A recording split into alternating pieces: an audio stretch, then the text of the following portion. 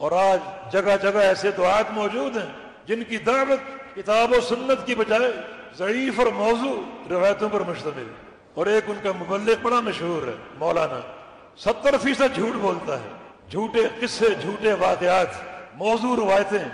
اور آپ یقین کریں کہ لوگوں کو سامنے بٹھا کر ہم بتاتے ہیں کہ یہ قصہ جھوٹا ہے، موضوع ہے، دیکھو یہ شرک ہے، یہ بدعت ہے، لیکن لوگ ماننے پر تیار نہیں ہوتے کہ ہمارے مولانا جھوٹ کہہ ہی نہیں سکتے، جھوٹ بول ہی نہیں سکتے، حالانکہ سراسر جھوٹ ہوتا ہے۔ وجہ کیا ہے؟ وجہ یہ ہے کہ رسول اللہ صلی اللہ علیہ وسلم کا فرمان ہے ان من البیان لسحرا،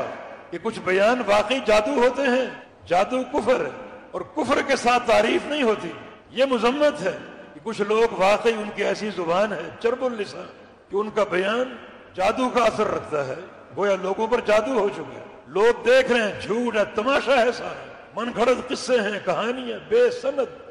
بے حوالہ باتیں لوگ دیکھ رہے ہیں، لیکن جادو ایسا چڑھ چکا ہے کہ تسلیم کرنے کو آمادہ ہی نہیں۔ اور نبی علیہ السلام نے بیان کہا ہے، اور یہ جماعت بھی لفظ بیان خوب استعمال کرتی ہے، آج فلاں کا بیان ہے، فلاں کا بیان ہے، فلاں حضرت کا بیان ہے، آج یہ کچھ بیان واقعی جادو ہوتے ہیں، ایک جادوگر ہے اور ایک یہ داعی ہے، اگر ایک شخص جادو کرتا ہے تو اس کا ہدف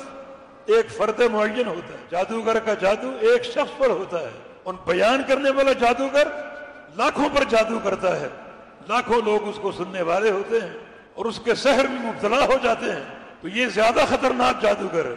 جس جادو کو کفر کہا گیا اس سے زیادہ خطرناک یہ جادوگر ہے، اس کے پاس چرب اللسانی تو ہے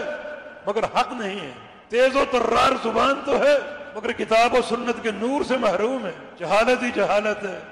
شرک ہی شرک ہے، بدعت ہی بدعت ہے، سند باتیں، بے حوالہ باتیں، اور 70-80% جھوٹ بولنا، تو واقعتاً یہ بیان جادو ہوتے ہیں۔